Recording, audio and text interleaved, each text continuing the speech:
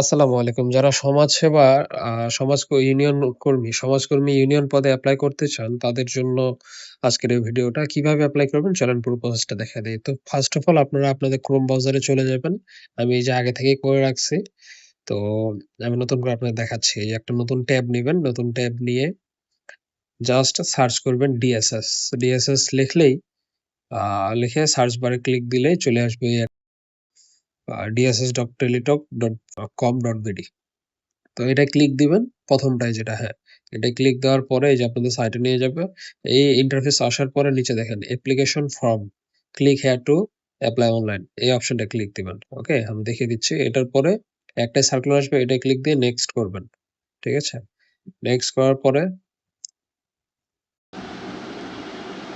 এই একটা ইন্টারফেস পাবেন। এখানে সব পদগুলা যত পদের সার্কুলার হইছে সবগুলা এখানে শো করবে। আমাদের যেহেতু সমাজকর্মী ইউনিয়ন পর্যায়ে এটা দরকার, তো আমরা এই যে এটাই ক্লিক দিব। ক্লিক দিয়ে নেক্সট করব। নেক্সট করলে এমন একটা ইন্টারফেস আসবে। যাদের হচ্ছে অল জবসে অ্যাকাউন্ট আছে তারা ইয়েস দিলে সব কিছু ফিল আপ হয়ে যাবে। যাদের নাই তারা নো দিবেন। নো দিয়ে নেক্সট করবেন। এখন আপনাদের সব কিছু নিজে নিজের বসায় পূরণ করতে হবে। যেমন আমি আমার নামটা দিয়ে দেখাই দিই প্রথমে, এই যে অ্যাপ্লিকেন্ট নেম উপরে যেটা আছে। হ্যাঁ, তো আমি আমার নাম বসাইলাম, তারপর এটা বাংলায় লিখতে হবে। তো এইভাবে বাবা মায়ের নাম, রিলিজিয়ন, কান্ট্রি, জেন্ডার সব কিছু এইভাবে দিয়ে দিতে হবে। হ্যাঁ, আর বিশেষ করে যাদের কোটা আছে, তো কোটার বিষয়টা দেখা দিচ্ছি। এই যে যাদের কোটা নাই তারা নট অ্যাপ্লিকেবল দিবেন, আর যদি কোটা থাকে তাহলে দিবেন। আর ডিপার্টমেন্টাল স্টেটাস হচ্ছে যারা এই ডিপার্টমেন্টে চাকরি করেন আগে থেকেই, এখন পদোন্নতির জন্য আরেক পদে দিবেন আর কি, মানে আরেকবার অ্যাপ্লাই করতেছেন, এটা হচ্ছে তাদের জন্য।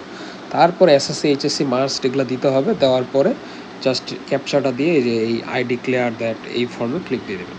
দিয়ে সাবমিট দিয়ে দিলেই আপনারা এমন একটা ইন্টারফেস পাবেন। আমি আপনাকে দেখাই। এই যে আমার মতো এই ইন্টারফেসটা পাবেন, যেখানে উপরে আনপেইড লেখা থাকবে। তারপরে জাস্ট ছবি আপলোড করবেন ওই ইন্টারফেসে। আমি যেহেতু করে ফেলছি তখন দেখাইতে পারি নাই, যদি আপনাদের লাগে আমি আবার দেখাবো। ছবি আর সিগনেচার আপলোড করলেই সাবমিট দিলে এরকম একটা ফর্ম চলে আসবে, যেখানে আপনার ইউজার আইডি আর পাসওয়ার্ড দেওয়া থাকবে।